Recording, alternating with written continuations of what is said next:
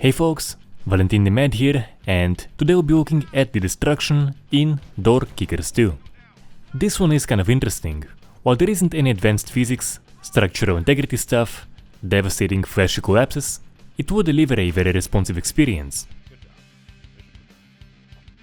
It gets a lot of things right that many other games completely miss out. So let's get right into it and see what we have.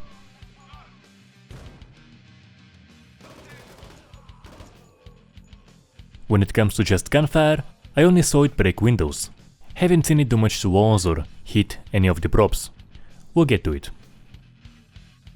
But things do get more interesting with grenades. Those will break smaller objects, send others flying, but here is the kicker. The ones that do get broken, the debris for those will last, I'm pretty sure that permanently. And that seems to be true of absolutely everything.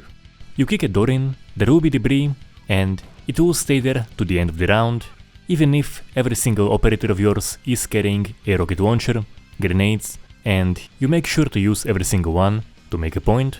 So, as far as I saw, every single small bit of debris will remain. You can even do a stress test using mods, and it seems like in that case too, every small bit of debris will remain, which honestly is very impressive. As you probably know, most games have them vanish very quickly after you get the initial effect, and here, aftermaths are clearly very much taken into account, so I do very highly appreciate it.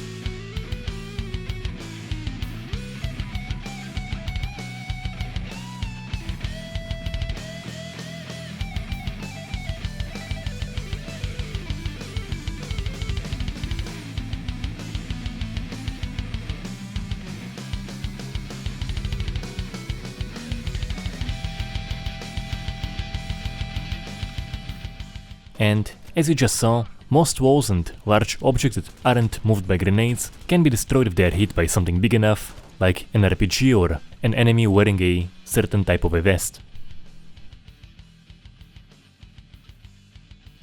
Now, as for some feedback, I do think that projectile simulation would make a big difference here. It is a 3D environment, and having bullets impact various surfaces on the surroundings and break some small props would have been great.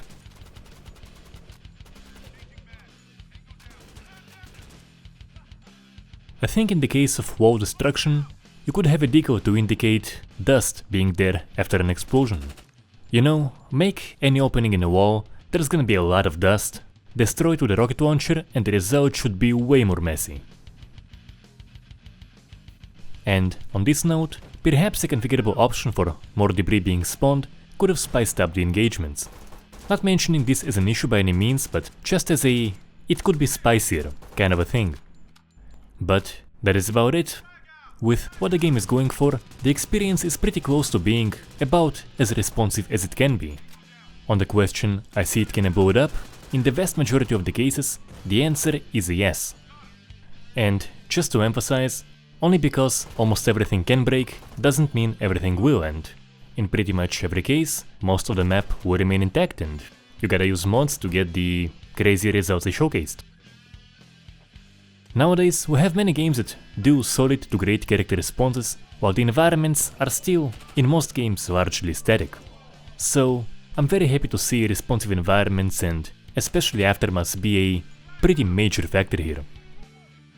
Also, as for the character responses, stay tuned tomorrow for a quick video on those in the game. I'll see you all then.